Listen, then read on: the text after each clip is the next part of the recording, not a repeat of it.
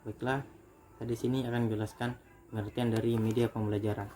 Pertama-tama, kita harus mengetahui apa itu media. Media berasal dari bahasa Latin yang merupakan jamak dari kata medium yang secara harfiah berarti perantara atau pengantar. Jadi, media adalah segala sesuatu yang dapat digunakan oleh seseorang sebagai perantara dalam menyampaikan informasi atau pesan yang ingin disampaikan kepada orang lain yang dituju. Dalam proses pembelajaran, seringkali kita menggunakan media pembelajaran untuk membantu dalam proses pembelajaran.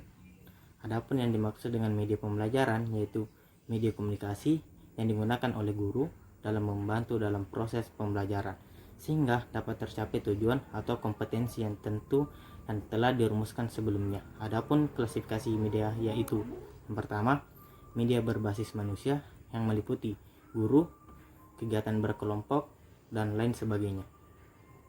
Yang kedua, yaitu media berbasis cetak yang meliputi buku-buku penuntun, buku latihan, alat bantu kerja, dan masih banyak lagi. Yang ketiga, media berbasis visual seperti alat bantu kerja grafik, bagan, peta, dan masih banyak lagi. Yang keempat, media berbasis audio visual, contohnya seperti video film dan TV. Adapun yang terakhir yaitu media berbasis komputer, yaitu pengajaran dengan bantuan komputer interaktif video. Selanjutnya, sumber belajar merupakan komponen usaha yang dapat mendukung proses belajar dalam rangka mencapai tujuan pembelajaran yang optimal. EICT pada tahun 1977 mengatakan sumber belajar sebagai semua sumber, baik itu datang dari manusia dan barang yang dapat dipakai oleh pengajar sebagai suatu sumber, terdiri atau dalam kombinasi untuk memperlancar belajar. Dalam proses pembelajaran, sumber belajar harus dapat berinteraksi dengan siswa sehingga tercipta hasil belajar yang optimal.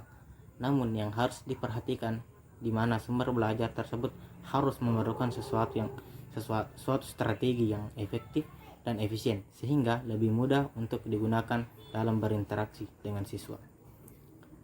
Jika ditinjau dari pemanfaatannya, sumber belajar terbagi menjadi dua, yaitu sumber belajar yang didesain dan juga sumber belajar yang tinggal dipakai atau langsung dimanfaatkan.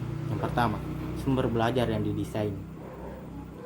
Sumber belajar yang didesain merupakan sumber belajar yang secara khusus dikembangkan agar dapat membantu kemudahan kegiatan proses belajar mengajar yang bersifat formal ataupun non-formal, serta mempunyai tujuan tertentu yang ingin dicapai. Dengan demikian, sumber belajar jenis ini harus direncanakan terlebih dahulu, kemudian dikembangkan sesuai dengan kebutuhan tujuan materi serta karakteristik belajar atau siswa sehingga dapat benar-benar berguna untuk memudahkan dalam proses pembelajaran.